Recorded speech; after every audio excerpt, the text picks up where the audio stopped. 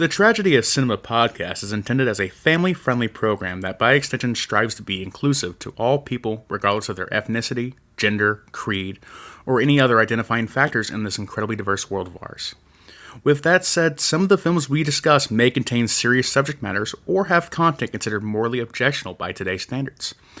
We do not intend to condone or dismiss these aspects of these films, but our primary focus will be on what we believe the film succeeds at, some fun facts, and our personal enjoyment factors of each film. With that said, we hope you enjoy the show.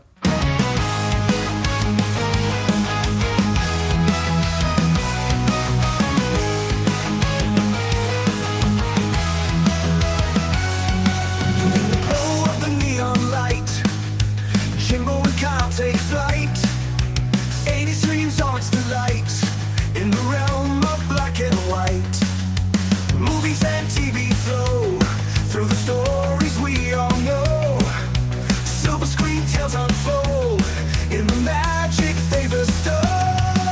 The tragedy of cinema, when the memories shimmer. Join us as we toast to the tales we love the most.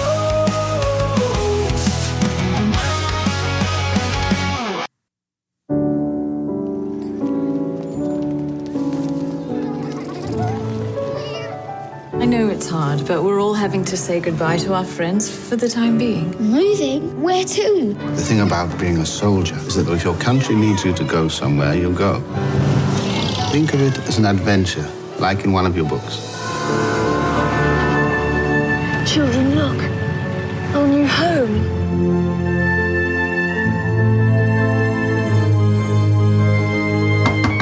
What are you doing? Exploring! No, not at the back.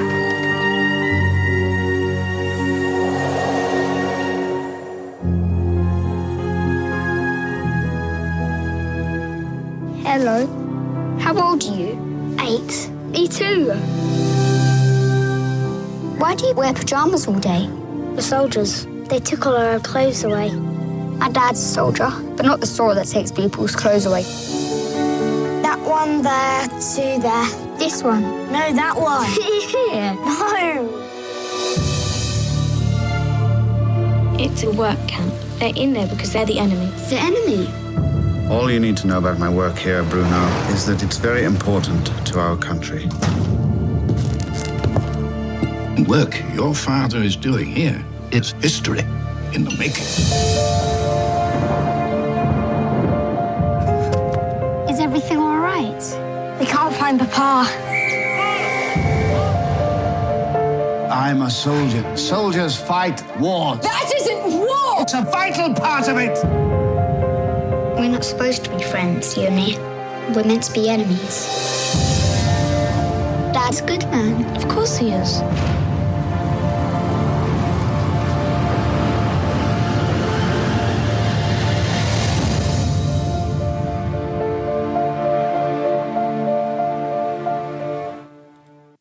All right, guys, welcome back to the Tragedy of Cinema podcast. I'm your host, Jimbo, and I'm joined once again by You Know Him, You Love Him. Hey, this is Bond in Texas. Bond, tonight we are going to be talking about a movie that's one of those ones that's kind of hard to talk about because it's based on real life events. And this one got to me. It really stirs the emotions up. Yeah, I totally agree, man. This is a historical fiction, but it hits really close to events that we're still struggling with 80 years later. You know, we're still talking about it. We're still struggling with the idea and the thoughts that happened at the time. Jimbo, this week we're going to be talking about The Boy in the Striped Pajamas. Mm-hmm. It's a 2008 historical drama film. It's about the Holocaust, kind of. Indirectly, it's about the Holocaust. Mm-hmm. But I love the angle that this movie takes. It's an amazing angle, amazing way to look at the Holocaust. And it's so original. I can't get over this movie. It's amazing. Yeah, to me, what I like about this movie from the get-go is it shows the age of innocence. The boy is 8 years old, and he doesn't know what's going on. All he knows is his daddy's a soldier, and you see him and his friends playing shooting guns at each other, falling down like they're dying, like we all used to do, playing cowboys and Indians. And yeah, in fact, the opening of the movie shows them playing like airplanes in the streets, and they just have their arms out, and they were just like little airplanes running around through the streets. But when all that is uprooted from his young life and his dad, well, we'll get there. We'll just let Bond go ahead and take over, and then we'll let Bond give a quick synopsis at the end of his run. Yeah, no worries, man. Let me run through some of the technical stuff. This is a Boy in the Striped Pajamas 2008 release. Now, the release date's kind of tricky with this one, Jimbo. It had an August 28th, 2008 release at the Carnegie Film Festival, a September 12th release in the United Kingdom, but it wasn't released in the United States until November 26th, which I thought was kind of weird because it doesn't seem like a Thanksgiving movie to me, but it came out around that time. It's directed by Mark Herman, who the only other directing credits I could find was a 1996 movie called Brassed Off, which sounds like a cheesy 90s comedy, right? Right. It was produced by David Hyman, or Heyman. He's the same guy that did the Harry Potter series. Okay. So he's the same producer for the Harry Potter series. It's based on the book, The Boy in the Striped Pajamas by John Boyne, and that novel came out in 2006. So just 2 years before the movie came out. So this one was rushed to production. It has a running time of about 94 minutes, so it's a quick movie, kind of short. The budget was very small, even for 2008. It had a budget of $12.5 million, which runs you about $19 million today. And box office-wise, it did $44 million. So a little bit more than tripled its money, which is about $66 million today. Not what we would call a big blockbuster hit, but I don't think this movie should have been a big blockbuster hit. I like where it sits. I like its niche right there in the, you need to see this movie, but it's not a big blockbuster where everybody needs to go out and watch it. I think it's a great movie to watch with your family. Mm-hmm. Let's go through the cast, man. This one's got Asa Butterfield as Bruno, the 8-year-old young German boy, the star of our movie. He grows up to be in Ender's Game, the Home for Particular Children, and another movie called The Space Between Us. So he goes on to other movies and other acting careers. The face that I recognized was Vera Farmiga, and that was Elsa, Bruno's mother. She was in The Departed, and I think everyone knows her as the Lorraine Warren. Yeah, From in the the Conjuring Conjuring series, right? Right. So she's in The Conjuring, Conjuring 2, and all those Conjuring movies. The Nun. Yeah, Lorraine Warren. She's also in a great TV show. I don't know if you ever did you ever watch Bates Motel? Oh, yeah. Bates Motel's a great one. It's a kind of a prequel where Norman Bates, she plays Norman Bates' mother. It's actually a really good television series. This one's got David Thewlis, but also he's also known as David Wheeler. So I don't know. It depends on what movie and where he's at. He plays Ralph, or Bruno's father. I love him. I think he's a great actor. I do too, man. He was in the movie Dragonheart, The Big Lebowski. I recognized him as Professor Lupin from the Harry Potter series. And he's also got a role in the new Wonder Woman movies too. I don't know who he plays in that movie, but Dragonheart was a great movie. Dragonheart's a really good movie, right? Mm-hmm. I thought that one was good too. Jack Scallion plays Schmal. Oh, man. The young Jewish boy. I couldn't find any other roles or any other things he was in. I think this might have been his only acting role. Did a good job. Schmal was excellent. Amber Beadle played Gretel, Bruno's older sister. She was on a TV show called Sarah Jane Adventures. I never saw that one. Rupert Friend plays Lieutenant Kurt Coulter. He was on a TV show Homeland. He was in a movie called Agent 47. And the only reason I pull this one out is because the original person to play Agent 47, the lead role, was the late Paul Walker from the Fast and the Furious movies. So when Paul Walker died, they got Rupert Friend to take his place. And he also has a reoccurring role in the Jurassic World Rebirth movies. David Heyman plays Pavel, a concentration camp prisoner, and he was in the show Andor, Star Wars show Andor. Sheila Hancock plays Natalie, Bruno's grandmother. She was in a movie called Three Men and a Little Lady. Yep. And she's also in the Broadway production of Annie. Richard Johnson plays Matthias, Bruno's grandfather. He was in the 1963 movie The Haunting, which I love that movie. And he, of course, he had many television roles, including things like Magnum P.I. and a lot of detective shows at the time. Finally, Jim Norton plays Herr List. He was in Star Trek Next Generation, where he played Albert Einstein in 2 episodes. Whoa. I have to go back and find the Albert Einstein episodes of Star Trek Next Gen. And he also has a small role in the Harry Potter and the Chamber of Secrets movie. And that's the cast, man. Yeah, so there's only probably a handful of people that you even really need to pay attention to in this movie. I would say Bruno, Shmuel, his sister, and their parents and the grandparents. And then the guy that the sister's kind of fallen in love with, right? The commandant or whatever he was. And also there's the that prisoner that kind of helps out. He peels potatoes. The He's farmer. The doctor. Yeah, but he's a doctor, yeah. Yeah, the farmer/doctor. So, Bond, if you're going to tell somebody a quick synopsis about what this movie is about to draw them in, what are you going to say? Imagine a situation where a German father and his family move to Auschwitz, and his son becomes friends with a Jewish little boy on the other side of the fence.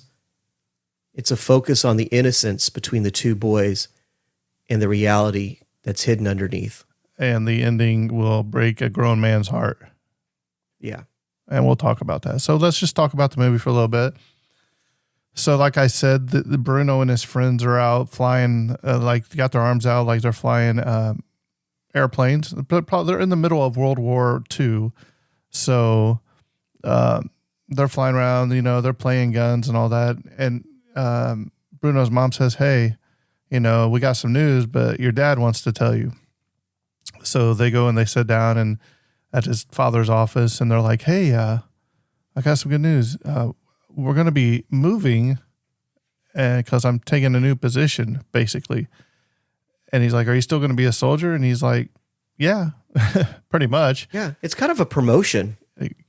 Kind of, or I don't know how I feel about it being called a promotion. But anyway, it's to come to find out, Bruno's being uprooted from all of his friends, school, everything. And the daughter's pretty much okay with it. The mom's like, oh yeah, because he doesn't tell the mom anything either. Nobody knows what he actually does for a while. But he does have a lot of respect because a lot of soldiers come visit him in the office. Oh yeah. He's a very respected officer. Well, they throw that party for him too, though. Yeah, like a going away party in Berlin. And what you find out at this party is you can see the love that this grandma has for her grandson. I think there's a great shot where Bruno's upstairs on the balcony looking over or whatever, and the grandma looks in the mirror and sees him and waves to him. Because grandma doesn't support what's going on at all. She's against the war. She's against the Nazi party. She can't come out forthright and say it in so many words. I mean, she does. But she gets close. Yeah. And the grandpa's all for it. Hey, that's my son, and it's just weird to see that relationship between husband and wife, but the love that she shows for her grandchildren, it comes through strong on the screen, I do believe.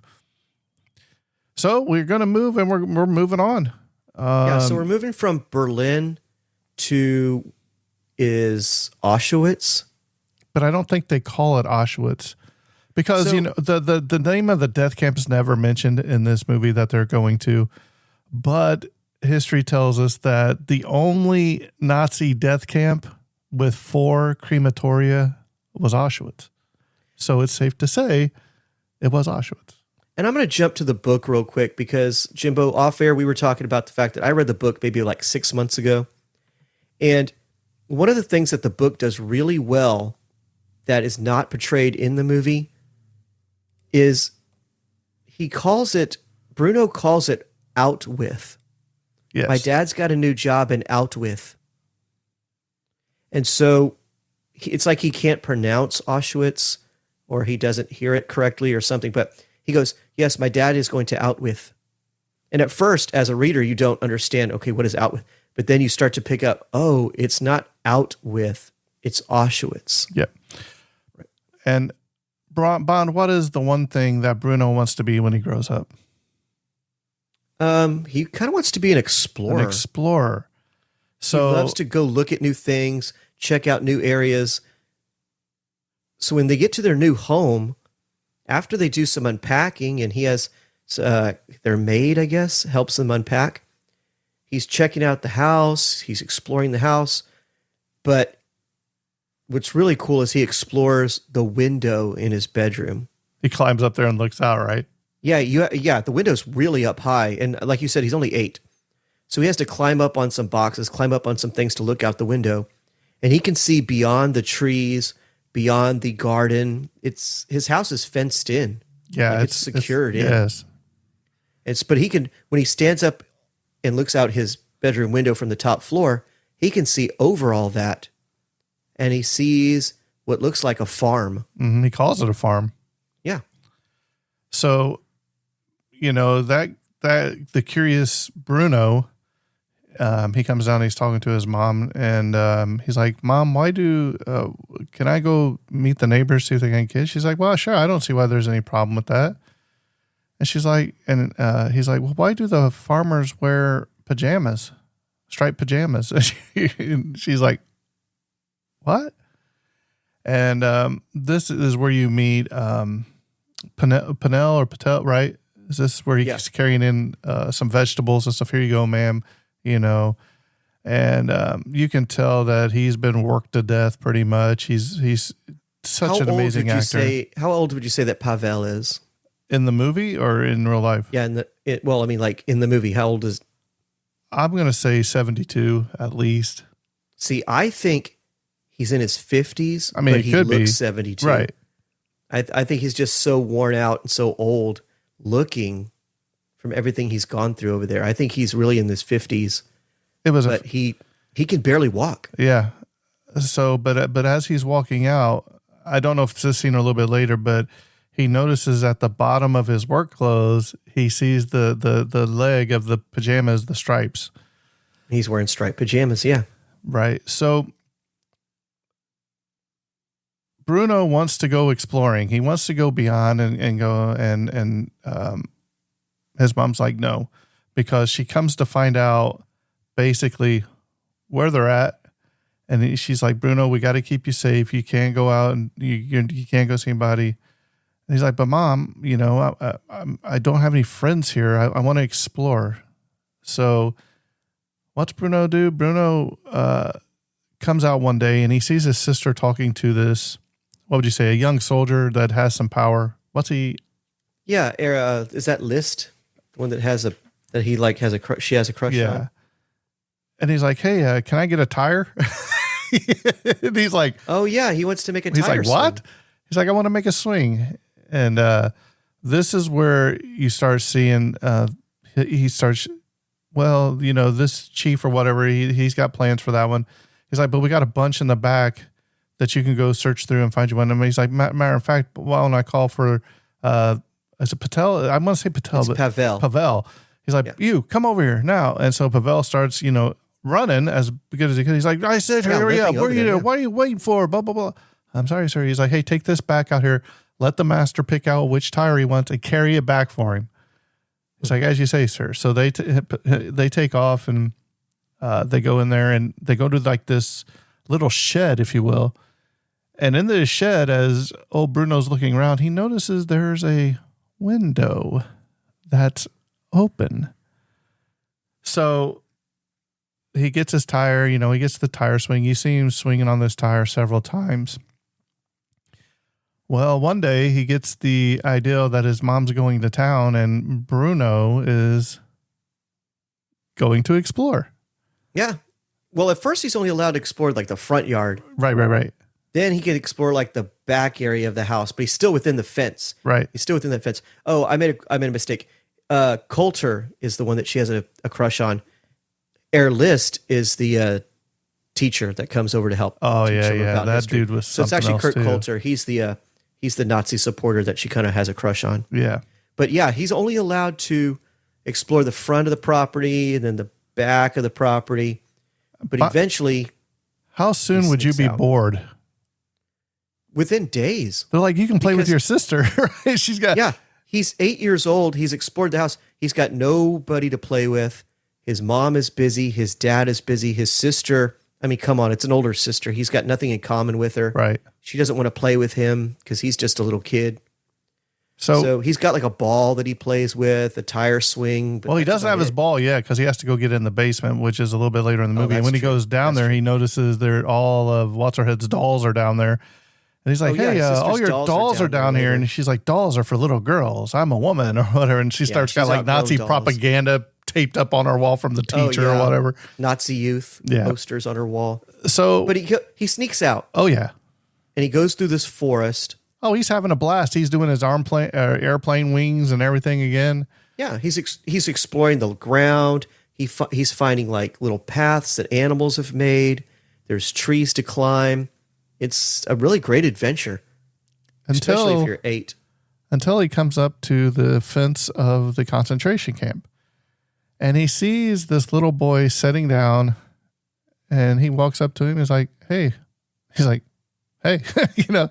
like, Hey, I'm what's Bruno. going on? He's like, what's your name? He's like, Schmiel. And he's like, well, what are you doing in the farm? He's like, they make you wear those things in the farm? And the kid's like, farm? What? I don't.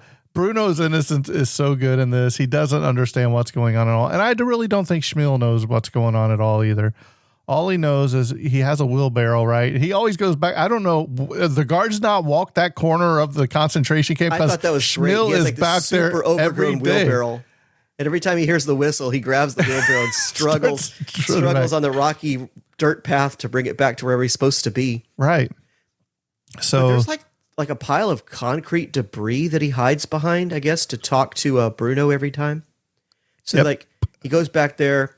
They kind of exchange names, and what I love about this is it's exactly what two boys who have never met each other would do. What's your name? How old are you? I'm 8. Hey, I'm 8 too. Mm-hmm. Right. But we have to point out that Schmiel does not look good. no. Man, he is dirty. He's got he's bald, but not a good bald. You could tell that they've shaved his head, and it's not a barbershop cut. It's definitely just a rough shave of his head. His teeth are in terrible condition. He's got like 4 or 5 teeth that are all messed up. Mm-hmm. He's very dirty. Yeah. So you fall in love with Schmiel real quick. He's a good kid. And he's like, He's hey, sweet. He's sweet. are you going to be back out here tomorrow? He's like, yeah. So Bruno goes home. He's so excited. He can't wait for his mom to leave again. Right. But somewhere between now and then, I do believe that the mother, when he was asking those questions about the farm, I guess his father and him had his window boarded up in his room, so he can't even see out of his window in his room anymore, which is kind of sad. He starts questioning. I think he starts questioning his mom about the farm and the people over there, and why do they always wear striped pajamas? They're all wear the same. And the next time he goes up to his room, his window's boarded up. Right. And he can't look outside. And I think one underlying thing that got to me in this movie is you always see black smoke in the air. And Bruno's like, man, what's that smell? He's like, and his mom's like, oh, they must just be burning rubbish or whatever. And then Bullock or whatever his name's like, oh yeah, they smell really bad or whatever. And I was that's like, terrible, man. When Kurt makes a comment, he goes, you think they smell bad, when they're alive or something like that. right. And his You're mom like, was like, what? She still doesn't know what's going on. No, she still doesn't quite get it. But I totally understand that Mm-hmm. because looking at it from a 21st century perspective, we know about the horrors of the Holocaust and World War II and what was going on. But at the time, if you're involved in it, that is so far from reality that you can't even conceive the horrors that were going on the other side of that fence. Yep. So I totally get the fact that you're like, what? It smells and it's weird, but I don't get the joke. Right. So I totally get her point of view on that one. Exactly. I mean, Bob, we live in the city. Sometimes you drive by a landfill or something, or trash burning place. You get that certain smell anyway. So Exactly. She didn't know it was the Jews being burned. So we also noticed that Schmel is very hungry, and so Bruno starts sneaking him food. Oh, that broke my heart Right? too. Especially, Yeah. the maid knows what he's doing. She catches him a couple of times, right? And she doesn't. She catches him, but he's like, "Oh, I'm just, you got some books in here," because they're not allowed to go to school. They've been pulled out of school, and they have this tutor come Private over. tutor, yeah. And this guy, man, he's like, "Oh, you like to read?" He's like, "Yeah, adventure books mostly." Right? He's like, "Well, here's something for you to read." He give him the Deutschland Almanac, man, the German Almanac. I'm like, this poor kid. I was like, this professor is very German history centric because that's pretty much all they're allowed. He's not allowed to read fiction. He's not allowed to read adventure books. Everything is German history. Yep. And the greatness of German history. Yep. So Bruno, I like where he starts asking questions. We may be getting out of order in the movie, but he starts asking the teacher questions like going, "But what if you ran into a good Jew?" Right? Oh, yeah. And the teacher comes back with some comment like, "Well, my boy, if you ran into a good Jew, and oh, man. And then what about the scene where Bruno has like that little piece of, there's like a piece of chocolate. His mom's putting up the groceries. There's chocolate. She's like, that's the first one one. Piece, right? You can have one piece. And so he like snags the whole chocolate bar and puts it in his pocket. Right, because I believe that's the time he came back and he was going to see Schmel for the second time. I thought he was taking him the chocolate, but it never showed that, I don't think. Well, he goes, but Schmel never shows up. So he's sitting there waiting and waiting and waiting. Next thing you know, Bruno breaks off a piece of chocolate and eats it. Mm. And then he waits a little bit longer. They show him eating another piece. But that's he after waits there like all afternoon, and he doesn't show up. No, but I think that's after when, because let's face the fact, there is a time where he doesn't show up for a long time. Right. Is that what we're talking about or no? No, that comes later. Okay. That comes very soon. The father and the mother basically she finally figures out what's going on, and she can't believe they're arguing all night. Bruno comes in and crawls in bed with his sister, and she puts her arm. You can see the brother-sister love there for a little bit because Bruno's scared. But there's a scene at the dinner table where the mom and the grandma and grandpa come, right? Well, grandpa comes because, they're like, "Oh, she couldn't make it. She was sick." Yeah, she ends up dying. Now, to me, when he says this, I think it means she opened her mouth one too many times and they killed her. That's what I think. You think so? I Pretty wasn't sure about that. I wasn't quite sure if it was he just got, she said opened her mouth maybe one time too much. Right. So they have a funeral procession and they're walking behind the horse-drawn carriage casket. And, the wife's trying to hold the commander's hand. He's like pulling it away and everything. So that right there, that is done. But at this dinner they're having, they ask Pavel to bring some more. He wants more wine, right? Mm-hmm. And he goes over there and he's trying to pour it. You just see him shaking, man. He can barely get it into the cup.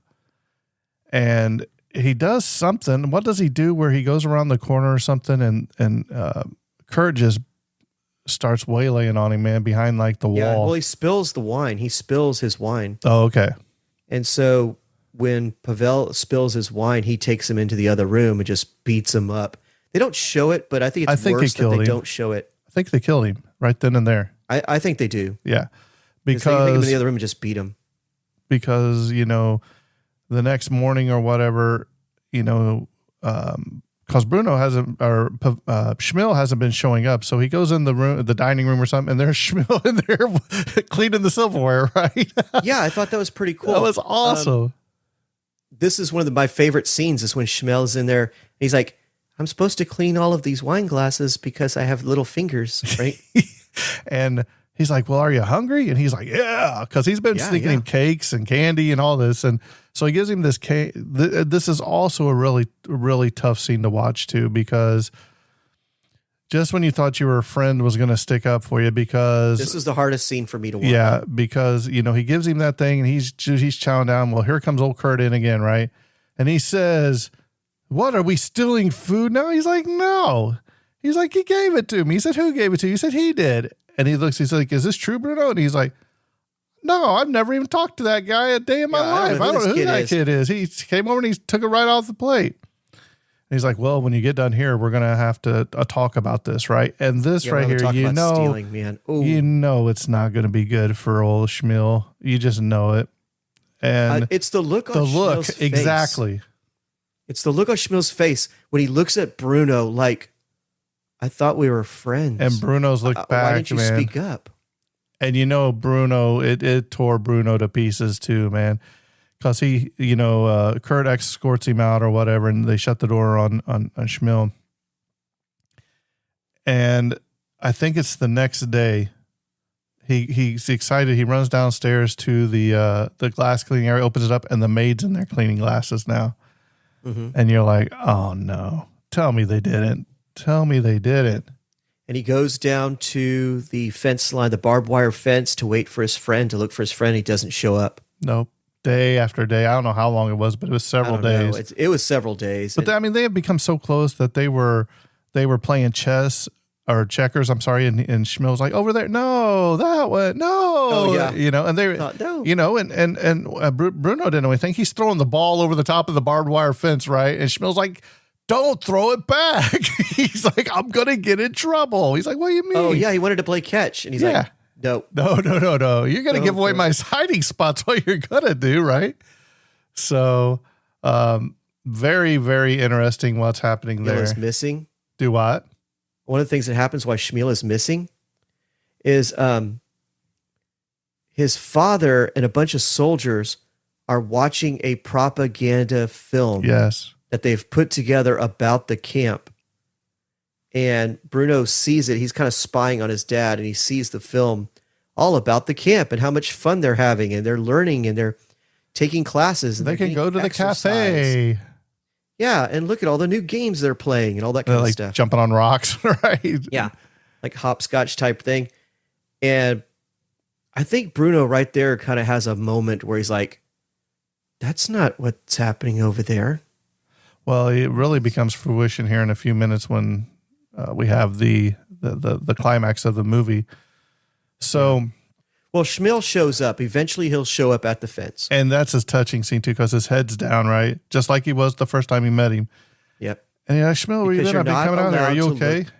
Yeah, and he looks up at a Nazi in the face, man. And he looks up, man, and it would be his right eye, man, is just yeah, it's all bruised swollen and red and swollen. It looks so you thought he looked pitiful before. He really looks pitiful that's now. That's what it looked like days later. Yeah.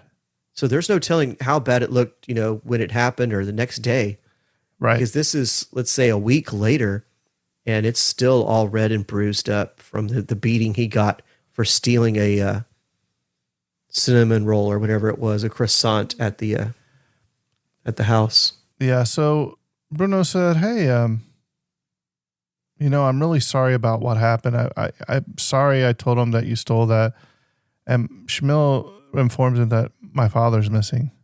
I can't find my father. We all know what happened to his father, right? We're not stupid. The audience isn't stupid. He's like, "Well, hey," he's like, "why don't I help you find your father?" Yeah. And he's like, "Well, you got any more of those pajamas?" He's like, "I can get some. There's a whole bunch of them in here. There's a whole shed full of them. I can get you some." Yeah, I just grab you a pair. He said, "Okay." He said, "So tomorrow," he said, "I'll come." He said, "I'll bring a sandwich." He said, and we'll do it tomorrow. He said, "Okay." So they blow the whistle. Schmiel takes off running again. Mm-hmm. Now we're coming down to the nitty gritty of the movie, man. And it's a pain. I don't want to say it's a pain, but it's painful to talk about. Did you see this coming or did you not see it coming? I knew something was going to happen, right? But I didn't know it was going to be like that. I thought it might have been worse, but okay. So Bruno goes in the kitchen and he makes this like Scooby-Doo sandwich, right? This big old sandwich. Yeah, man. And what's he do? He shoves it like in the back of his shorts, and he's got like his shirt covered it. I know right? what end of that sandwich I would eat. Yeah. It would not be the back end. And he says, because they're moving. Bruno, his sister, and his mother are moving out. The father has said, you guys need to go out with your mother. Your mother don't believe this is a place you should be raised. And she's like, I agree with her. So they're moving back. And his mother catches him. She's like, where are you going? He's like, Mom, I just want to go outside and play one last time. Right? She's like, because oh, okay. Elsa's had enough, man. Yeah. Once she figures out what's going on the other side of the fence, and she cannot believe that her husband is in charge of it, part of it, because like I said, he's higher up in the military, so he's one of the leaders. And the fact that she's like, okay, you know what's going on, and you're okay with this. I don't want to be around it. I don't want my kids around it. We're going back to Berlin, right? And so he's like, hey, this is what I got to do. This is my job. It's all for the good of the fatherland. So Bruno, go back to Berlin. So Bruno noticed the day before that he's like, hey, I can move this dirt with this stick. He's like, I'll bring a shovel and I'll dig a hole and come right in there. So he grabs that shovel. He's running through the forest like a spear, right? And I'm like, that sandwich isn't in his back. I was like, is this a spoof? So he gets there, and he goes to reach in the back and he's like, oh no, the sandwich, I dropped it. He's like, oh, well, and he starts, digging this thing. And he's like, you got the pajamas? He's like, yeah, he has layers on, right? So Schmiel takes off a bigger one in the pants and well, not only that, but it's been raining. So it's like his clothes are all wet. And he's like, you got hair, so you need to wear this cap too, or you're going to stand out. They're going to know. So he digs the hole and he climbs under the fence. He's like, all right, let's go find your father. It's an adventure. That's what he's thinking it is, exploring. So he's like, can we go to the cafe? He's like, what cafe? He's like, there's no cafe. And Bruno's like, what? And he's like, well, let's go check the pens or whatever, the stockyards or whatever for my dad. Well, and Bruno already feels guilty because he already sold out his friend once. So he almost feels obligated, like, this is my way to get back on Schmal's good terms. Mm-hmm. I'll help him find his father. To prove that I'm the friend that he can count on. I'm a friend. I'm a friend he can trust. Right. So as they're walking towards the barracks, if you will, he looks over and he knows, Bruno notices the stones that are there on the ground where, the propaganda movie made it look like, oh, this is fun and games. And they're like, he's like, wait a minute, what's going on? So anyway, he's like, hey, I got to get back home. He's like, something's not right. I got to get back home. He's like, no, but what about my dad? And he's like, all right, so he's like, he's asking me again. I don't want to let him down again. Right. Mm-hmm. And so they go into this barracks with all these Jewish men. Doesn't like an alarm or something go off? Well, it does once they all are gathered in. Yeah. Well, they're inside that hut or whatever. Right. Yeah. And then the alarm goes off and then they just start coming in and they corral them all. And it gets really tight, really fast. And like Bruno and Schmiel are stuck in the middle of all these men, and they're being herded into a chamber, if you will. Yeah. And they're like, oh, he's like, everybody take your clothes off. And the one guy's like, it's shower time. And them older guys, they know what's coming. Them older Jewish men, if you watch when they start taking it off, you can see it on their faces. They know what's coming. And so, Schmiel and them are like, oh, great. Everybody gets gathered up like this, they never come back. Right. That's what Schmiel says. So like Bruno's like, oh, okay, I guess it's shower day, right? So he's taking off. Right, they're taking off all their clothes too. And by this time, the mom's and daughter has been searching all over the house for him. They can't find him in the backyard. They can't find him anywhere.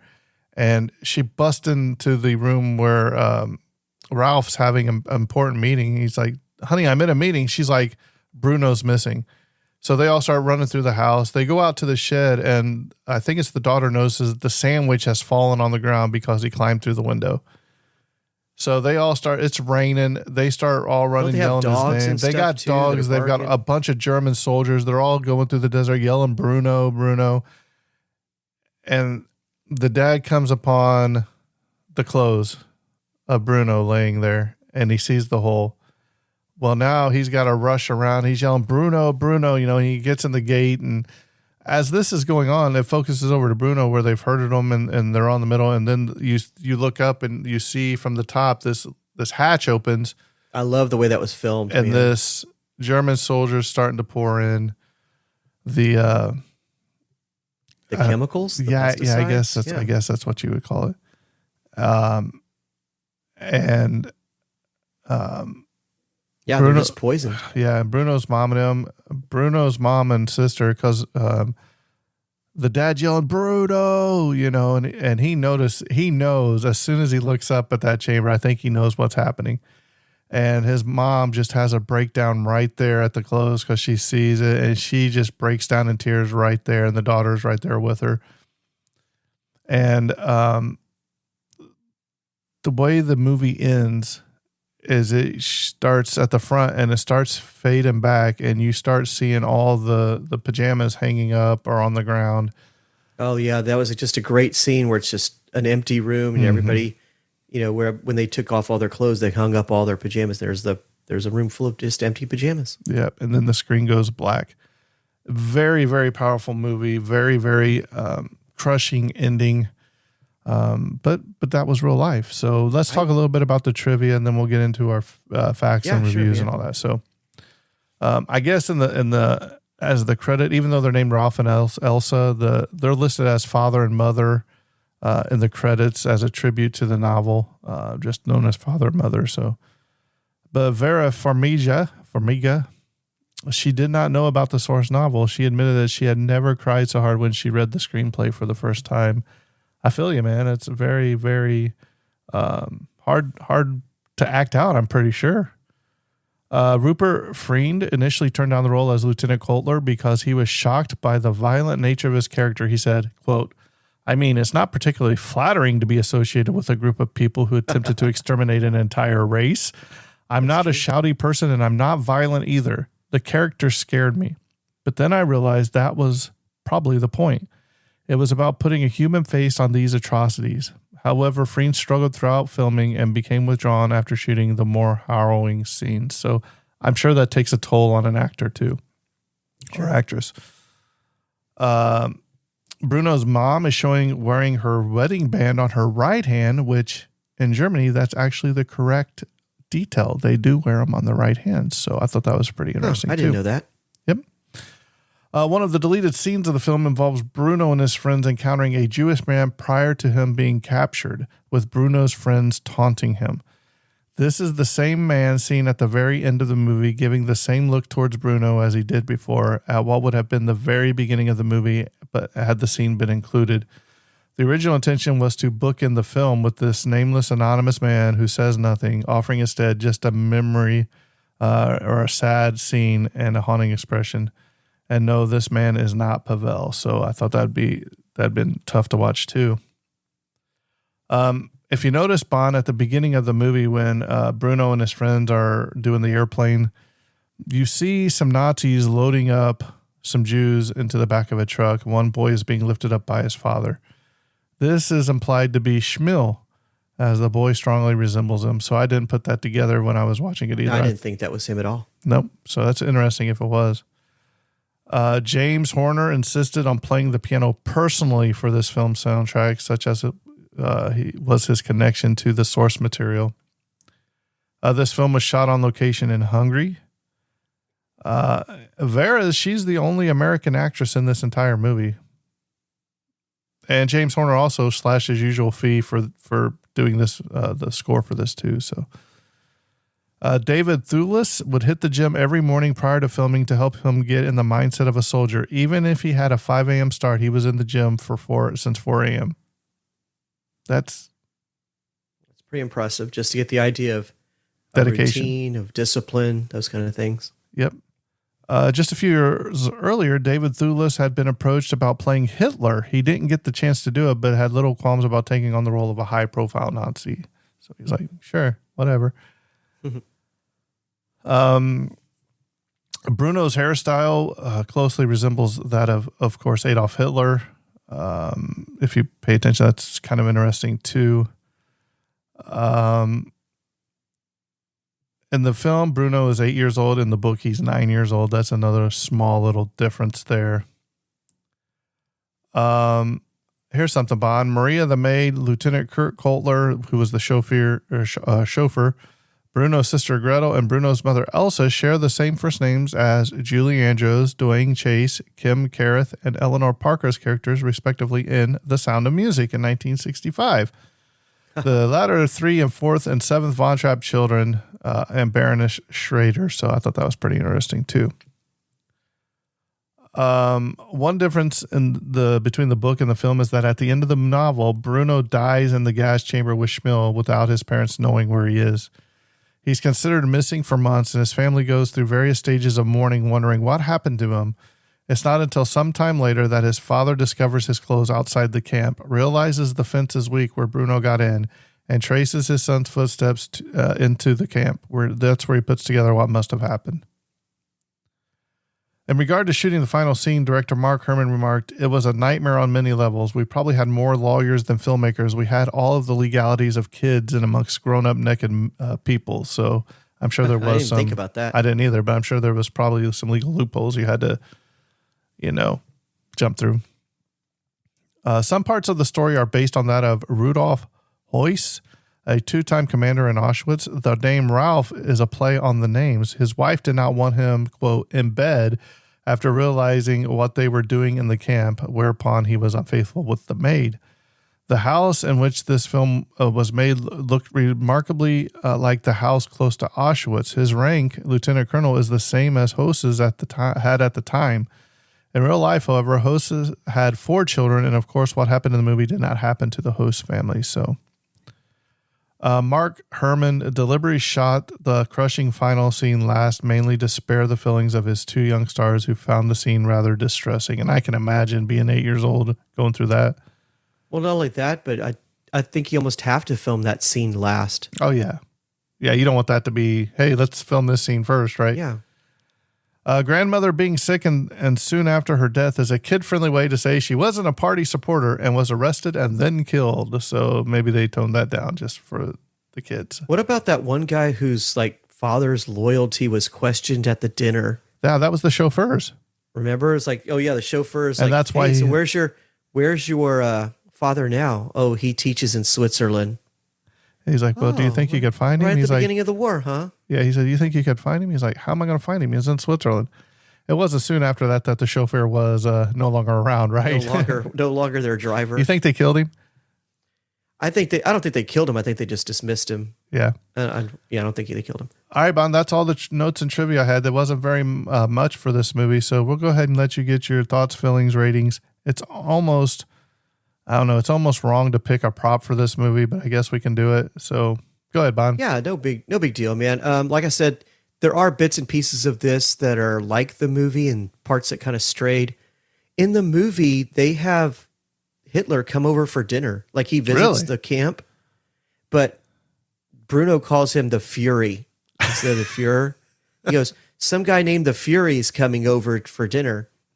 And I think that's who they spill the wine on, or he spills the wine. Oh. So it's at that dinner with Hitler at the dinner. So that would explain a lot. Then maybe that's why he got so mad. Yeah. So I think that was something that was slightly different. I thought this movie did a great job of portraying the book. I love the innocence of the kids. I kind of like the fact that I didn't recognize either actor. Mm-hmm. Because if you have recognized actors in those roles, it's harder for your imagination to say, that kid is Bruno the German, that kid is Schmiel the Jew. It's harder to imagine that. The fact that these kids have never been in anything else before, or I didn't recognize these kids, that's who they were to me. So that my imagination didn't have to travel too far. In the book, I think they do a better job of hiding what's going on because it's told through Bruno. Where in this one, it's like you can see the Nazi swastika on their arms. You know right away what's going on. You know through the images and the things that they say that evil's going on the other side of this wall. I love when the kids are interacting with each other. That's, to me, my favorite scenes. I told you my favorite scene is when Schmel is cleaning out the glasses. He's washing down the glasses, wiping them down, and he gets sold out by Bruno. That scene is so hard to watch for me. It's just, if there's 2 scenes in this movie that make you almost want to cry, that's one of them. And then, of course, the last scene where, they meet their death. I think that's really hard. I kind of agree with you. This is not a celebratory movie, and it shouldn't be. You could tell by our tone that it's a little bit different than some of the movies we normally cover. But that being said, I give this movie a solid 8.5. I think it's a really good movie. I really think that if you have older, more mature children, they should probably watch this movie as a reminder of what goes on. Man, my prop piece, I'll take a wine glass. I don't want to get too intrusive. I'll just take a wine glass to put on the shelf or something. All right, Bob. Or maybe a well, now you're changing your mind? no, I'll take a wine glass. That's fine. I thought you were going to take the wheelbarrow. Oh, no way, man. You see how hard that thing is to push? Yeah, I'm right there with you. I think it's about an 8 for me. We've covered several of these movies on this podcast. We've covered Schindler's List. We've covered Angela's Ashes. That's another tough one to watch through the eyes of a child as he's growing up. The acting in this is superb. I mean, Bruno's got them big eyes, and Shamil looks so pitiful. You can't help but feel sorry for him. The devastation that the mom has with the dad, it really broke me down because I never really thought of that before. Maybe some of these German wives didn't even know what was going on or didn't want to be a part of what was going on. And then that's part of the reality now, right? So there's that whole thing that I like too. I don't think there was a wasted scene in this movie. I think it held my attention the entire time. I agree. And it was only an hour and a half long. I thought I was expecting like 2.5 hours when we first mentioned it, but no, it's just get in and get out. It tells a great story. You care for the characters and it's very well done. So if you haven't watched this movie, I highly recommend it. We'll give it a watch. It might open your eyes to some things and make you think about some stuff that maybe you've never thought about before. So my prop piece, I want the basketball. I'm going to take, or the football as he calls it. So I want that. I think that would be a nice little addition to the museum. So, well, Bond, we've come to another episode and this one was really hard, but next week we're going in the entire other direction. We have coming next week with ADZ involved. We are going to Wayne's World, party time. Excellent. Wayne's World. So, excellent. Party on, Wayne. Party on, Garth. Swing. So, yes, we will be having a lot of fun with that one. I'm sure ADZ's up for it already. Usually you have to have to push ADs to come get on, do a show with us. But when I said Wayne's World, he's like, all right, I'm in, right? And if you think about it, he's been sending Wayne World memes to us like all week. Oh, it's the one that Wayne's World was the first podcast or video cast or whatever. Right? Oh yeah. So Bond, where can they find us at? Hey man, go to Facebook at The Tragedy of Cinema. You'll see some great posts from us. You'll see some great updates about what's coming, what's going, big movies coming out, things that we're covering. It's a great way if you've ever oh no, I think I might have missed an episode. Hey man, check us out on Facebook. We're always updating that sucker. And if you want to contact us directly, you can always go to thetragedyofcinema@gmail.com. Shoot us a message, shoot us a note. Tell us what you think about some of the movies that we cover. Or if there's a movie or two that you think we should cover, then let us know. Because I'm sure there's whole genres of movies and sets of movies that people are listening to going, I can't believe they haven't done this movie yet. Right. There's thousands of movies. Let us know. Hundreds let of us know thousands. so we can cover them. Yep. And if you want to be a guest, come on. Bring it on. We'll have you on. You never know. Right. I can't wait for the future because one of Bond's students is coming on this podcast to talk about the movie holes, and I cannot wait. I am trying to get a 10-year-old on this podcast. This is going to be interesting, and I can't wait. I'm going to have some fun with him, and I'm going to talk bad about Bond to him, see if he agrees or disagrees. I'll be like, hey, look, you can't get no demerits from me or Mr. Bond tonight, so you're free to say whatever you want. Let's get it off your chest, Knight. But with that being said, I think this episode's coming to a close, and that's a wrap. And cut. The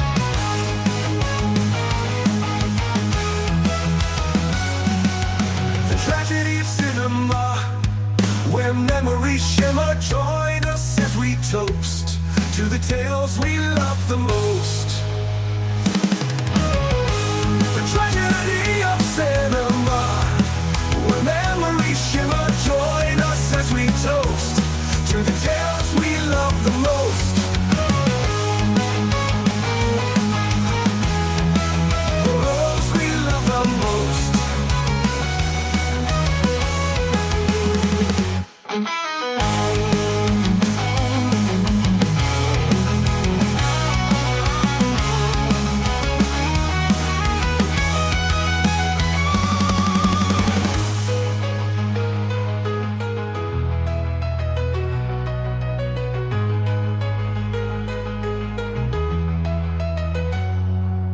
The tragedy of cinema, when memories